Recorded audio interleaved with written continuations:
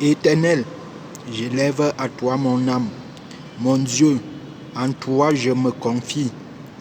Que je ne sois pas couvert de honte. Que mes ennemis ne se réjouissent pas à mon sujet. Tous ceux qui espèrent en toi ne seront point confondus. Ceux-là seront confondus qui sont infidèles sans cause. Éternel, fais-moi connaître les voies. Enseigne-moi tes sentiers. Conduis-moi dans ta vérité et instruis-moi, car tu es le Dieu de mon salut. Tu es toujours mon espérance. Amen. Bien-aimé dans le Seigneur, reçois ta bénédiction ce matin au nom puissant de Jésus. À toi, je te souhaite un bon début du mois de février. Aujourd'hui, nous sommes le premier jour du mois de février, le premier jour du deuxième mois de l'année 2023. Je te bénis donc en ce début de mois de février, que le Seigneur continue à faire ses merveilles dans ta vie, qu'il continue à te protéger, qu'il continue à te garder. S'il t'a protégé depuis le 1er janvier jusqu'au dernier jour du mois de janvier, il est certain et bon de te confier encore en lui en ce mois de février. Il est bon de renouveler sa force encore en toi. Il est bon de renouveler sa parole encore à toi. À toi aujourd'hui donc, reçois mes chaleureuses accolades au nom puissant de Jésus-Christ. Ce matin, nous voulions continuer dans le progrès que nous avons entamé depuis le 1er janvier 2023. C'est-à-dire, nous avons choisi avoir une nouvelle dimension de la foi afin de travailler, afin de faire le travail de Dieu. Ça, c'est notre fil conducteur de cette année 2023. Bien-aimés dans le Seigneur, ce matin donc, comme depuis longtemps, nous sommes en train de progresser selon les différents types de prières. Selon les différents types de prières, ce matin, nous voulions engager dans une autre dimension de prière. Alléluia. Bien-aimés dans le Seigneur, et avant de parler de ce type de prière, j'aimerais que tu ouvres la parole de Dieu dans le livre d'Apocalypse. Apocalypse chapitre 5, le verset 8. Apocalypse chapitre 5, le verset 8. Apocalypse 5, le verset 8, il est écrit: quand il eut pris le livre, les 4 êtres vivants et les 24 vieillards se prosternèrent devant l'agneau, tenant chacun une harpe et des coupes d'or remplies de parfums, qui sont les prières des saints. Amen. Bien-aimés dans le Seigneur, relisons encore Apocalypse 5, le verset 8. Il est écrit: quand il eut pris le livre, les 4 êtres vivants et les 24 vieillards se prosternèrent devant l'agneau, tenant chacun d'eux une harpe et des coupes d'or remplies de parfums, qui sont les prières des saints. Alléluia. Bien-aimés dans le Seigneur, ce matin, nous voulions parler et pratiquer les prières afin de remplir les coupes d'or. Alléluia. Nous voulions parler et pratiquer des prières qui servent à remplir les coupes d'or. Bien-aimés dans le Seigneur, la prière, comme je vous l'ai dit dernièrement, la prière n'est pas faite seulement pour recevoir. La prière est faite aussi pour amasser. Alléluia. Si je peux dire ça ainsi. La prière est faite aussi pour amasser. La Bible nous parle ici des 4 êtres vivants et des 24 vieillards. La Bible nous dit 4 êtres vivants et 24 vieillards se prosternèrent devant l'agneau, tenant chacun une harpe et des coupes d'or. Les coupes d'or, tu connais la coupe, non, bien-aimé? La coupe, là où Dieu recueille nos prières. La coupe, c'est comme un verre. Je veux prendre un verre, mais fait en forme, fait en or. Le verre fait en or. La Bible nous dit que les 4 êtres vivants et les 24 vieillards se prosternaient devant l'agneau, tenant chacun d'eux de la harpe et des coupes d'or. Et ces coupes d'or étaient remplies de parfums. Et ces parfums étaient les prières des saints. Alléluia. Bien-aimés dans le Seigneur, nous voyons qu'ici, lorsque nous prions, c'est un parfum que nous offrons à Dieu. Lorsque tu pries, c'est un parfum que tu es en train d'offrir à Dieu. Je veux donc dire ce matin que l'une des offrandes agréables à Dieu, ce sont nos prières. L'une des offrandes pour un enfant de Dieu, l'une des offrandes agréables à Dieu, ce sont ses prières. Un enfant de Dieu doit être continuellement dans la prière. Ça, c'est une manière d'offrir à Dieu. Bien-aimé dans le Seigneur, lorsqu'on parle des offrandes à l'église, on va te dire donne l'argent. On va te dire si tu n'as pas l'argent, donne ce que tu as. Mais je veux te dire aujourd'hui qu'il y a une offrande, que tout le monde a cette offrande-là. Tout le monde doit avoir cette offrande-là, la prière. C'est une offrande agréable à Dieu. Alléluia. Bien-aimé, pour dire vrai, pardon peu. Pour dire vrai, est-ce que nous avions déjà lu quelque part ou vu quelque part où la Bible nous dit que Dieu se baladait avec les coupes pour recueillir notre argent? Non, bien-aimé. La Bible nous dit que Dieu recueille plutôt nos prières. Alléluia. Dieu recueille plutôt nos prières. Ça ne veut pas dire que nous ne devions pas offrir à Dieu. Nous devions donner à Dieu, non pas pour le faire plaisir, mais c'est pour l'avancement de l'œuvre de Dieu sur la terre. Lorsque nous donnons l'argent à Dieu, c'est pour son compte. Lorsque nous offrons à Dieu, c'est pour son compte, c'est pour l'avancement de son œuvre sur la terre. La Bible me dit que l'argent et l'or appartiennent à Dieu. Il s'en fout de ton argent. Si tu ne le donnes pas, c'est juste une manifestation de ta confiance en Dieu. C'est pour faire progresser l'œuvre de Dieu sur la terre que tu donnes à Dieu. Alléluia. Bien-aimé dans le Seigneur, un vrai enfant de Dieu doit être constamment dans la prière. J'ai souvent l'habitude de dire qu'en tant qu'enfant de Dieu, si une journée passe sans que tu n'aies donné le parfum à Dieu, revois ta croyance, revois ta renaissance. Si une journée passe sans que tu n'aies sanctifié, sans que tu n'aies glorifié le nom de Dieu, revois ta renaissance, bien-aimé.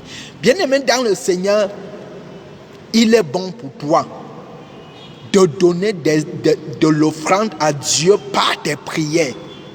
Bien-aimé dans le Seigneur, je veux te dire que lorsque tu donnes à Dieu, lorsque tu offres peut-être l'argent, peut-être le poulet, peut-être quoi que ce soit à Dieu, si tu n'es pas rempli de prières, alléluia, cette offrande ne sera pas agréable devant Dieu.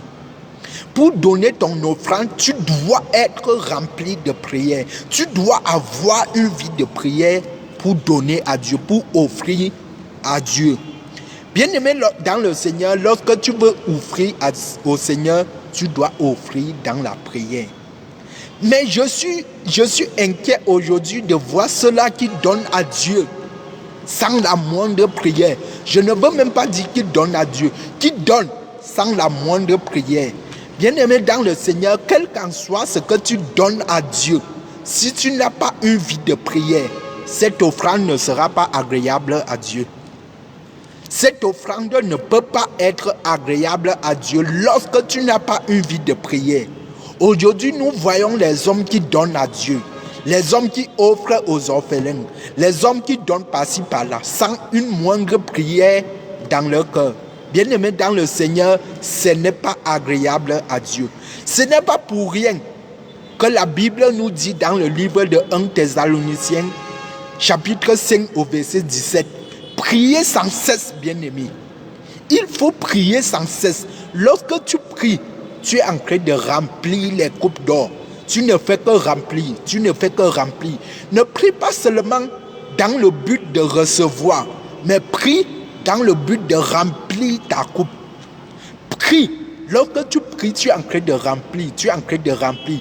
Et un moment viendra où le Seigneur va déverser cette coupe-là sur toi et tu verras maintenant les fruits de cette coupe par les bénédictions que le Seigneur va te donner. Alléluia. Bien-aimé dans le Seigneur, tu dois arroser chaque jour. Arrose, arrose, arrose le Seigneur. Parfume le Seigneur, parfume le Seigneur. La Bible me dit dans le livre de Proverbes 11, celui qui arrose sera arrosé. Lorsque tu arroses le Seigneur, lorsque tu parfumes le Seigneur par tes prières, tu seras parfumé, tu seras aussi arrosé. Alléluia. Bien-aimé dans le Seigneur, regardons comment l'affaire du parfum a commencé. Dans le livre de Genèse, chapitre 8, à partir du verset 20. Comment l'affaire du parfum a commencé. Genèse chapitre 8, à partir du verset 20. Il est écrit. Genèse 8, à partir du verset 20. Noé bâtit un autel à l'Éternel. Il prit de toutes les bêtes pures et de tous les oiseaux purs, et il offrit des holocaustes sur l'autel. L'Éternel sentit une odeur agréable. L'Éternel sentit une odeur agréable, et l'Éternel dit en son cœur, je ne maudirai plus la terre à cause de l'homme, parce que les pensées du cœur de l'homme sont mauvaises dès sa jeunesse, et je ne frapperai plus tout ce qui est vivant comme je l'ai fait. Amen. Bien, mais relisons encore. C'est très intéressant cette parole. Ça, c'était avant le déluge. La Bible dit, Noé bâtit un autel à l'Éternel. Il prit de toutes les bêtes pures et de tous les animaux purs. Souligne bêtes pures et animaux purs. Et il offrit un holocauste sur l'autel. Et l'Éternel dit, il offrit un holocauste à l'Éternel. L'Éternel sentit une odeur agréable. Et l'Éternel dit en son cœur, je ne maudirai plus la terre à cause de l'homme, parce que les pensées du cœur de l'homme sont mauvaises dès sa jeunesse. Je ne frapperai plus tout ce qui est vivant, comme je l'ai fait. Amen. Bien-aimé dans le Seigneur, ça c'est avant le déluge. La Bible me dit que Papa Noé offrit en holocauste les animaux purs, les bêtes pures et les animaux purs à l'Éternel. Bien-aimé, en ce temps-là, l'holocauste c'était l'offrande qu'on offrait à l'Éternel, qui consistait à brûler les animaux. Alléluia. La Bible me dit que Papa Noé, il a pris les bêtes pures pour donner l'holocauste à l'Éternel. Il a sélectionné les bêtes pures et les animaux purs pour offrir l'holocauste à l'Éternel. Et lorsqu'il offrit l'holocauste à l'Éternel, l'Éternel va sentir la fumée qui va monter et il va sentir l'odeur de l'holocauste. Il va dire, ça c'est une offrande pas comme les autres. Alléluia. Bien-aimé dans le Seigneur. Et lorsqu'il va humer cet holocauste, qu'est-ce qu'il va dire par la suite? Il va dire par la suite que je ne frapperai plus jamais la terre. Alléluia. Parce qu'il a humé l'holocauste, il a humé le parfum de l'holocauste. Il a dit dans son cœur que je ne cacherai plus les secrets que je cachais à la terre. Il me faut dévoiler ce que je cachais à cause de l'holocauste de Papa Noé. Bien-aimé dans le Seigneur, cet holocauste se manifeste aujourd'hui par nos prières. Lorsque tu offres une prière agréable à Dieu, il est capable de dévoiler les secrets qu'il te cachait. Il est capable de te dire ouvertement les secrets qu'il retenait dans son cœur. Parce que la Bible me dit ici que c'est lorsque Papa Noé a offert l'Holocauste à l'Éternel, que l'Éternel a dit qu'à compter d'aujourd'hui là, je ne frapperai plus la terre. Bien-aimé dans le Seigneur, est-ce que jusqu'à nos jours, depuis que il y a eu déluge, il y a eu le déluge sur la terre jusqu'à aujourd'hui, est-ce que nous avions encore vu cela? À cause de l'Holocauste de Papa Noé. Bien-aimé dans le Seigneur, c'est pourquoi tu vas voir dans les églises où il y a les prophéties, lorsque nous adorons Dieu, nous célébrons Dieu, nous parfumons Dieu. Après les parfums, l'Éternel commence à dévoiler les secrets. L'Éternel commence à utiliser les hommes de Dieu pour donner des prophéties. Pam, ainsi parle l'Éternel. Parce qu'il a humé notre parfum, parce qu'il a senti nos prières agréables, et il a commencé à dévoiler les secrets. Il a dit non. Avec ce genre de parfum, je ne peux plus cacher les secrets à mon peuple. C'est ainsi que nous commencions à avoir les prophéties. Ainsi parle l'Éternel. Ceci, à cause de nos parfums bien-aimés. Il est bon pour toi de parfumer Dieu par tes prières. Que le nom de Jésus soit glorifié.